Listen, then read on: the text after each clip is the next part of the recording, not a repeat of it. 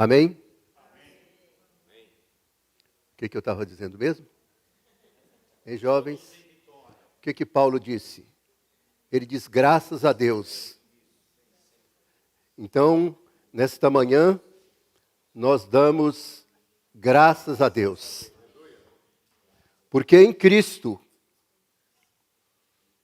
Ele sempre nos conduz em vitória, em triunfo. Então você, crente, você está destinado a vencer. Nós sempre falamos na igreja que nós estamos na realidade do reino. Não é verdade? Esta realidade, cada um de nós deve cultivar, porque qual é a nossa expectativa? É a vinda do anticristo? É que a economia piore? Que o mundo piore? Que as coisas vá de mal a pior? Certamente não. A nossa expectativa, irmãos, é a manifestação do reino de Deus. Amém, Carol? Nós estamos aguardando a manifestação do Senhor.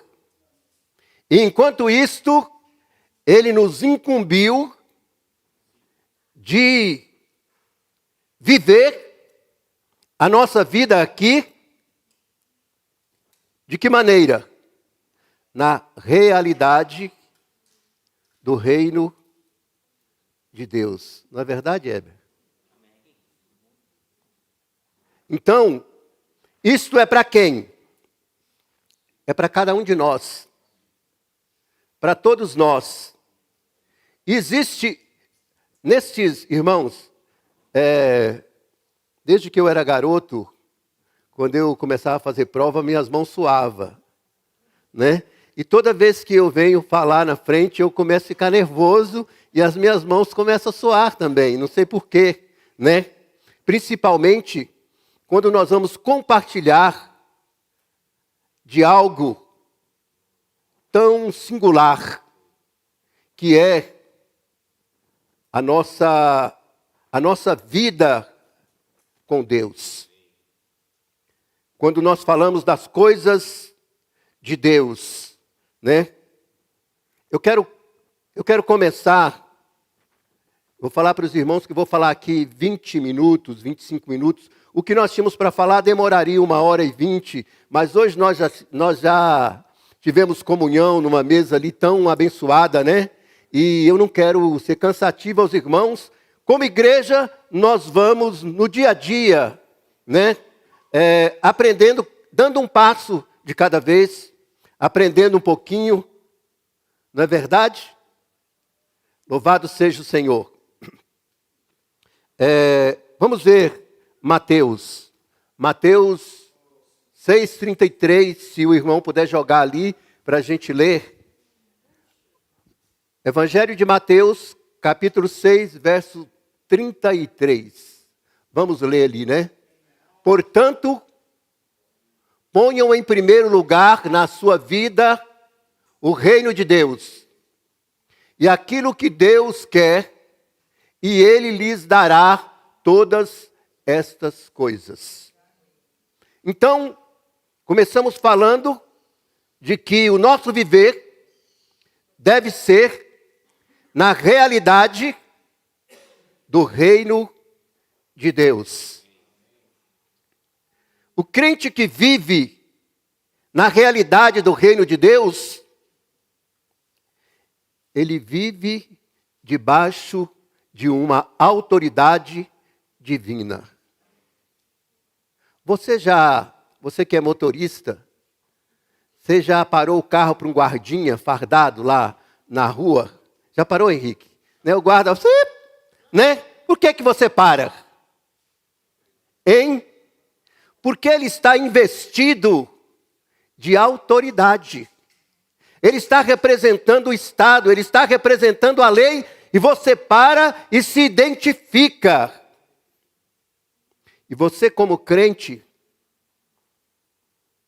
você também está investido de autoridade.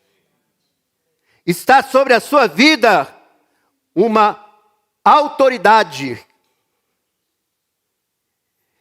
E esta autoridade, ela vem de onde?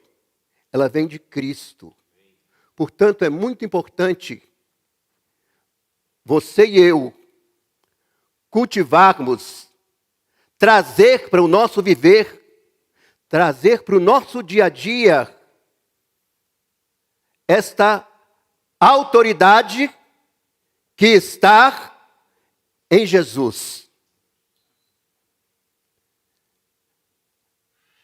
Esta autoridade, irmãos, ela deve permanecer conosco no dia a dia. Não é verdade?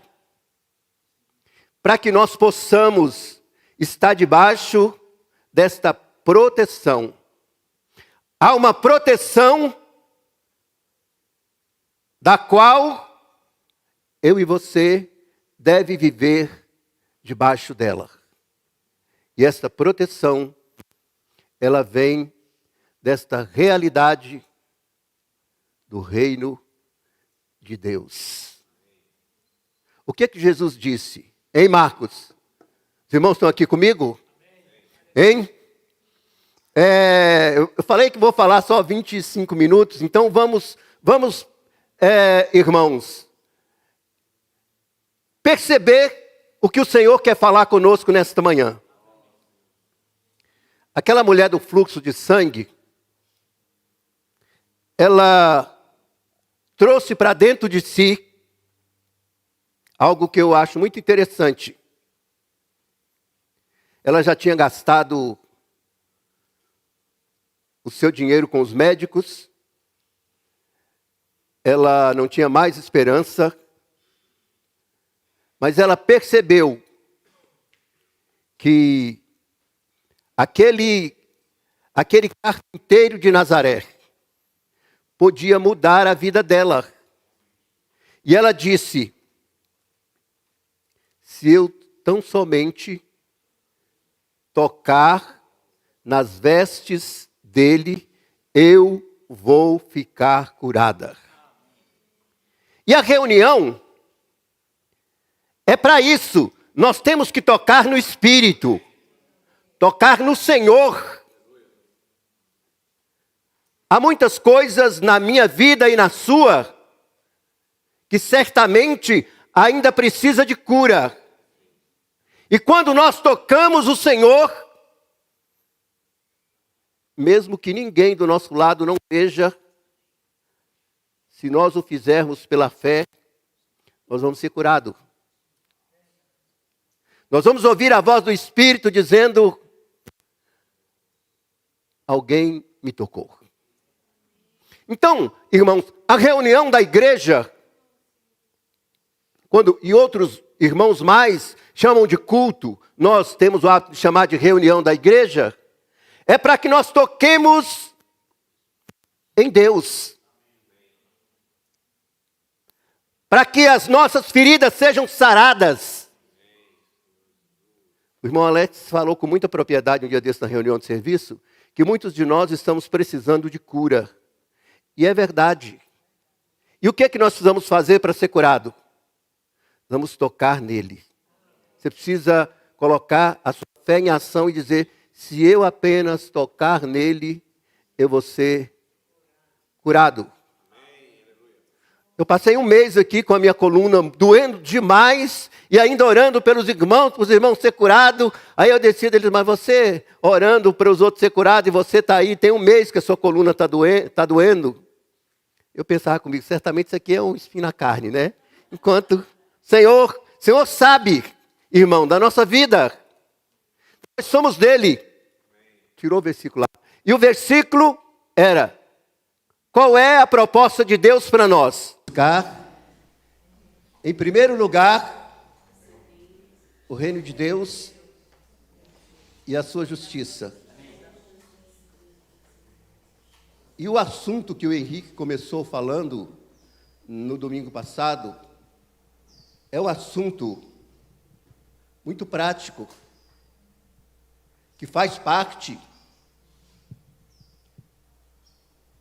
desta edificação do reino de Deus, que é o quê? É finanças, é dinheiro, não é verdade? Eu não vou falar da história nossa aqui como a igreja no Guará, porque eu ia tomar aqui um tempo muito grande. Quem é dos irmãos aqui que lembra lá da nossa reunião da 15? Tem alguém aqui? O Henrique, a irmã Isabel, a Ana Luísa era criancinha lá na sala das crianças, né? O Alex foi visitar lá. Uma vez a Rebeca, filha do Evilás, muito criativa, pediu o menino para fazer, o irmãozinho dela fazer xixi numa garrafa, botou na geladeira, que era para a irmã da salinha oferecer para as crianças, né? Mas aí o Frosina, antes de servir o Guaraná para as crianças, cheirou e viu que aquilo era xixi, não era Guaraná, né? Aquela salinha era tão inóspita lá embaixo que a Rebeca teve essa criatividade de fazer isso, né? Às vezes isso acontece. Aí o Frosina não permitiu que as crianças tomassem aquele xixi lá. Mas isso aconteceu. Para mostrar o quê? Lá era um lugar assim, que tinha lá onde as crianças reuniam, muita barata, né? No subsolo. E a gente estava numa salinha ali de 10 por 15. Não era 10 por 15, né? Não dava.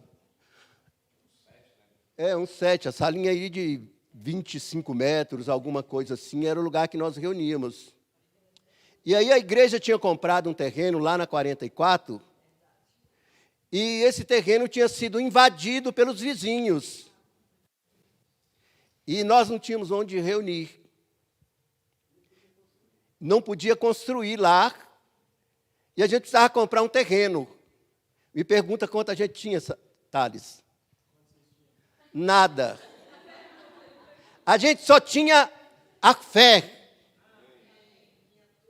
A gente só tinha, irmãos, a fé para colocar em prática. Porque uma coisa é a nossa, viu, Weber? A nossa teoria.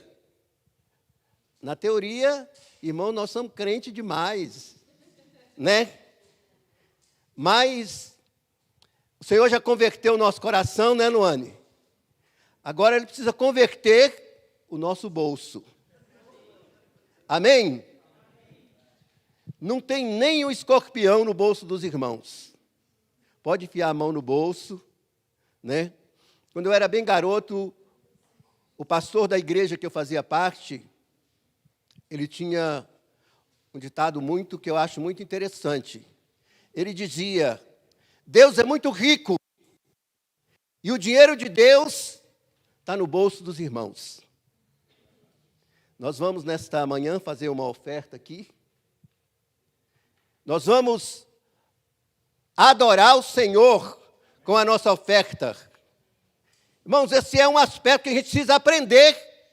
Eu preciso aprender, você precisa aprender a adorar a Deus. Paulo disse: olha, irmãos, eu louvo muito a Deus, porque primeiro vocês entregaram a vida de vocês. E depois vocês entregaram o que vocês são, o que vocês têm. Vocês fizeram uma entrega total. Irmãos, e a gente precisava comprar o terreno, né, Henrique? E aí tinha um irmão que a gente tinha juntado um pouquinho de dinheiro, E esse irmão na reunião dizia, olha, vocês não podem gastar esse dinheiro de qualquer jeito, porque esse dinheiro é santo, esse dinheiro é da igreja. Se vocês comprar uma casa e isso não der certo, vai ser um problema muito grande. Aí Deus nos deu uma estratégia, porque Deus, quando Ele quer nos abençoar, irmãos, Ele nos dá estratégias. Lembra que Ele deu uma estratégia para Jacó? Jacó pegou as varas lá da cor que ele queria que as cabras produzissem e botou na beira do riacho onde as cabras bebiam. Deus, quando Ele quer nos abençoar, quando Ele tem o propósito de nos abençoar e o nosso coração é quebrantado diante dEle, Ele nos dá estratégia para que nós possamos prosperar como crente e como igreja. Amém? Foi isso que Jacó fez. No versículo lá de Gênesis 30, versículo 42, disse que os animais começaram a produzir muito, e depois, no versículo 43, diz que Jacó ficou muito rico. Pode ver lá Gênesis, mas aí a gente lê, poxa, é só eu orar aqui, a Dini é um gênio, né? Vai ser rapidamente, vai ser uma transformação, não é? Extraordinária. Eu quero que o irmão coloque aqui na tela para mim, Gênesis 32, versículo 41.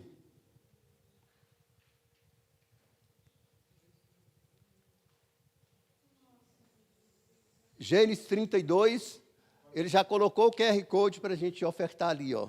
Mas daqui a pouco a gente vai ofertar. Gênesis 31, 41. Agora deu? Vamos ler ali. Vamos ler ali, irmãos. 20 anos permaneci em sua casa, 14 anos trabalhei para que o Senhor e pelas suas 2 filhas, e 6 anos trabalhei para conseguir o seu rebanho. 10 vezes o Senhor mudou o meu salário. Quando a gente lê lá Gênesis 30, 43, diz que o homem ficou riquíssimo. Aí eu leio e digo assim, não, eu vou orar agora e vou ficar rico. Mas não é assim. Demora um tempo. Né? Esse é o método de Deus. Às vezes você tem que receber o ensinamento, praticar o ensinamento, e depois de um tempo, você vai receber os benefícios daquilo que você está praticando. Quanto tempo Jacó demorou? Desde a sua saída lá de Betel, onde ele orou lá, até que ele pudesse chegar a esse ponto, do verso 31, 41, demorou quantos anos? Me ajudem aí. 20 anos. Ok? 20 anos ele demorou para que ele pudesse fazer essa conquista financeira na sua vida. O Thales não trabalhou nem 10 anos por causa da Cíntia, né, Thales? Devia ter trabalhado 14. Né? Jacó trabalhou 14 anos pelo seu casamento. E depois 6 anos para que ele pudesse conquistar a sua liberdade financeira. Irmãos, demora tempo. Às vezes nós estamos num problema e nós oramos e queremos que o Senhor nos liberte daquilo instantaneamente. Mas nós temos que fazer um plano, um objetivo. E temos que começar a trabalhar naquela meta. Eu não sei com quantos anos Deus vai te libertar. Eu não sei quantos anos Ele vai trazer isso sobre você. Mas eu sei que se o seu coração for fiel, Ele vai trazer. Correto? Irmãos, aqui vamos ver 2 Coríntios 8, verso 7. Irmão, vai projetar ali, a gente vai ler rapidinho. Vou tirar aqui a minha blusa, porque ficou muito calor. O que ele diz ali?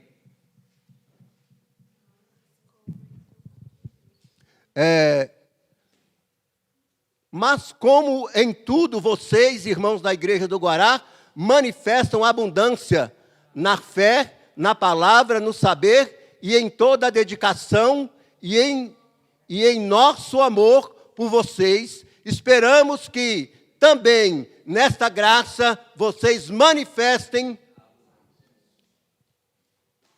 o quê? Escassez? Abundância. Irmãos, Deus, Ele é um Deus abundante. O pecado, os traumas emocionais, às vezes instala dentro das nossas emoções escassez. E trabalha aquilo na emoção da gente. Mas quando a gente crê no Senhor, Ele quer renovar a nossa mente, Ele quer tirar o arquivo de escassez e colocar o que Ele é dentro de nós, porque Ele é, fala assim comigo, Ele é abundante. Ele é um Deus abundante. O que você acha que é muito? Né? Será que isso é muito? Será que a sua dificuldade, o seu problema, ele é muito para Deus? Qual é a medida? O negócio é que a nossa mente é cartesiana. A gente pensa, olha, que Deus só pode fazer, que a minha questão é muito grande para Deus, mas não é. Porque não há limites. Ele é de eternidade a eternidade. Não há limites para Ele te abençoar. Ele tem prazer na sua abundância. Viu, Thales? O que é que nós precisamos fazer, hein, Carol? É buscá-lo, colocar Ele. Qual é o lugar? Em primeiro lugar. Buscai primeiro o reino de Deus.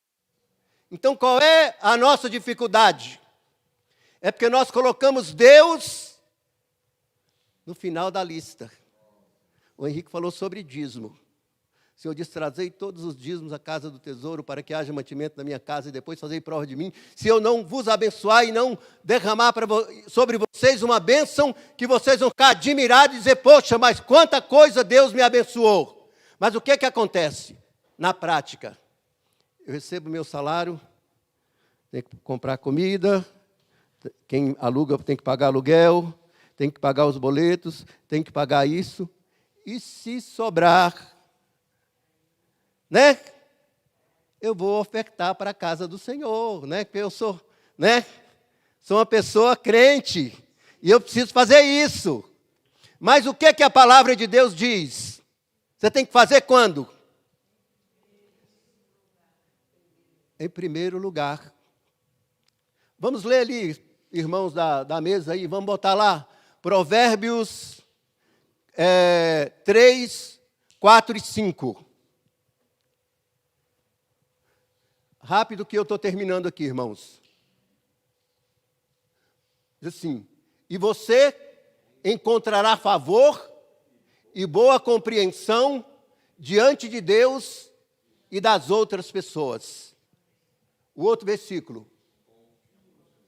Confia no Senhor de todo o seu coração e não se apoie no seu próprio entendimento. Então, quando você coloca Deus em primeiro lugar, você não está confiando em você, mas você está dizendo para Ele, Deus, você é capaz.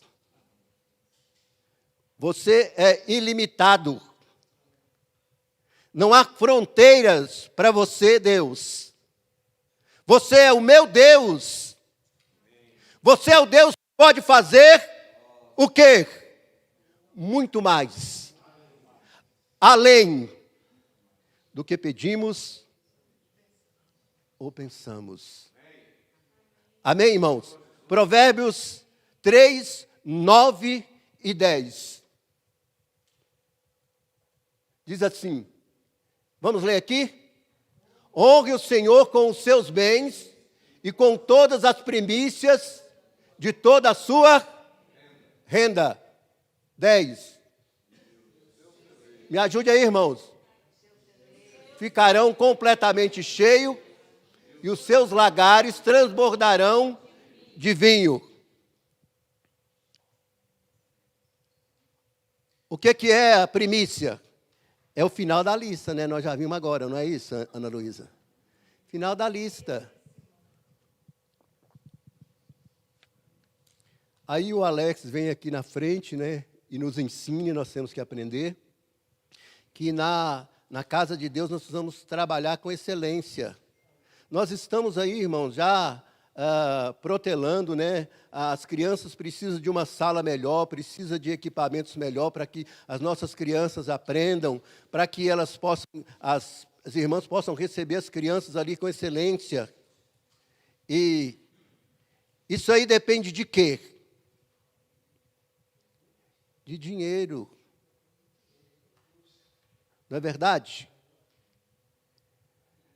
Depende de nós tomarmos uma posição e dizer: a casa do meu Deus vai ter com abundância, vai ter com fartura, e consequentemente, essa abundância vai revirar sobre nós. É fatal, irmãos. Nós não conseguimos vencer o Senhor no dar. Mas qual tem sido a minha e o seu problema? É que nós colocamos o Senhor lá no último da lista. Ele disse, olha, eu quero ser o primeiro. Mas não, nós falamos, não, eu boto você aqui no último. E ele também bota você no último. Sabe por quê? Porque Paulo diz, quem semeia pouco... Ah, irmão, mas eu trabalho por dia, o meu ganho é pouco, né? Não estou falando de quantidade, eu estou falando de você pegar a primeira parte e oferecer para o Senhor. Eu garanto para você, se você ganha 2.000, você vai passar a ganhar 3, vai passar a ganhar 4. De acordo com a fidelidade do seu coração, Deus vai acrescentando em você a graça. Ah, mas tenha dó dos irmãos do Guará, os irmãos ganham pouco. Às vezes a gente fica com dó e com vergonha de falar de dinheiro. Por quê? Por causa da nossa mentalidade de pobreza, de escassez. Quando Deus quer colocar dentro de nós uma mente de abundância. Amém? Amém, jovens? Vou dar uma chave para vocês aqui. Quem tem menos de 30 anos aqui, levanta a mão. Vem cá, Henrique. Dá aqui uma chave para eles aqui. Só um minuto. Henrique vai falar aqui. Só um minutinho. Daqui a pouco você pode compartilhar. Pode falar aquelas contas aí que nós fizemos. Amém. Só para os irmãos terem uma ideia. Pegando uma capitalização, né, um investimento, a 0,8%, e se você pegar isso não é grande coisa, o tesouro mesmo, né, o tesouro direto, o investimento mais seguro que a gente tem aqui no Brasil, ele rende seguro a inflação em mais um percentual, porque quem garante é o próprio governo, e o governo ele tem a máquina para imprimir dinheiro, né, então ele nunca deu calote e dificilmente vai dar. Então, se a gente pegar esse investimento ao longo de 40 anos... Quanto eu preciso investir? R$300. Vamos pegar aí, R$300. Você vai deixar de gastar R$300. Gastar com a namorada R$300 por mês.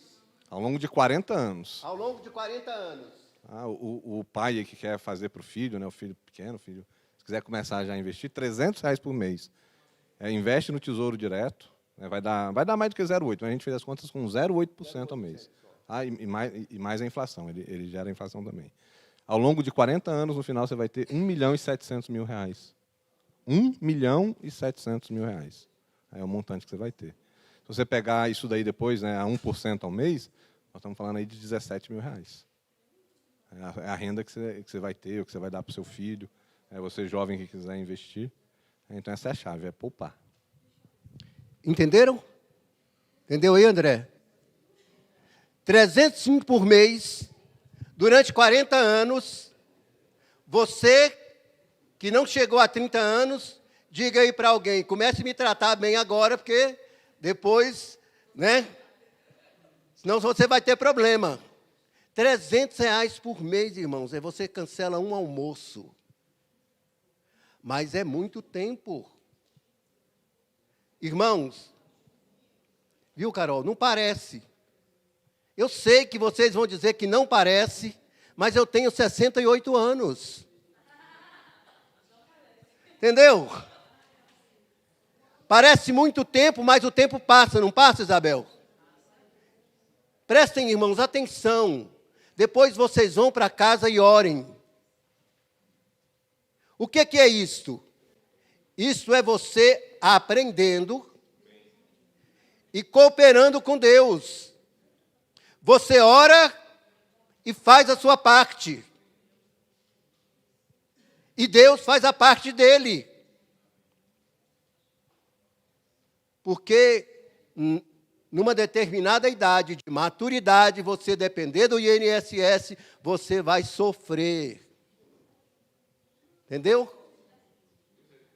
Então, comece agora. Irmãos, só mais esse versículo aqui, concluindo esse versículo. Paulo disse que nós temos que semear, porque a colheita virá na proporção. Esta matemática espiritual de Deus é proporcional à semeadura. Se você nunca dizimou, se você nunca ofertou, comece agora. Comece a alinhar a sua vida. Comecemos a nos alinhar para que Deus possa nos colocar nos próximos degraus. Amém, Cíntia? Amém? Deus quer nos colocar como igreja no próximo degrau, mas nós temos que aprender, irmãos. Nós temos que nos levantar, né? Vou concluir com uma história aqui, bem rapidinha, para os irmãos verem que o Senhor está querendo nos abençoar. Aquela estava ali nas lojas brasileiras, diz ela que um casal, uma senhora bem vestida, se aproximou dela e começou a chorar. E disse, você não conhece um pastor? Eu preciso de uma visita na minha casa. Nós estamos numa aflição. E tem algum pastor que você conhece? Vou dar o meu telefone. E a mulher deu o telefone para receber uma visita. Né? Eu e o irmão Alex, a gente fez um propósito. É muito difícil para nós, não é, irmão? Chegar do trabalho e visitar uma casa. A gente quer fazer pelo menos 2 visitas por semana. Né? Nós temos falado aqui que nós temos que botar a mão na massa. O Senhor quer fazer, mas Ele não pode fazer sem você. Ele não pode agir sem a nossa humanidade. Amém, irmãos? E nós começamos, né, Alex? Só Deus sabe quando é que nós vamos parar. Eu estava dizendo para os irmãos, dando uma ideia, nas reuniões, viu, irmão Marcelo? Traga alguém. Você conhece uma pessoa, você conhece um jovem, traga essa pessoa para ouvir a palavra de Deus. Viu, Giovana? Para ouvir o Evangelho. Você tem condição de fazer um convite e trazer uma pessoa. Nós temos condição de dobrar o número de pessoas que participam conosco aqui na reunião. E Deus quer usar você. Amém? Nós compramos essas cadeiras, né, Luciana? Não foi à toa. O objetivo nosso é, no primeiro momento, encher essas 100 cadeiras. E depois só o céu vai delimitar o que a igreja do Guará fará. Mas isso passa, principalmente, viu, Thales, pelos jovens. Vocês são responsáveis. Correto? Faz sentido? Vocês são responsáveis pela igreja do agora e do amanhã. Vamos ficar de pé. E vamos orar.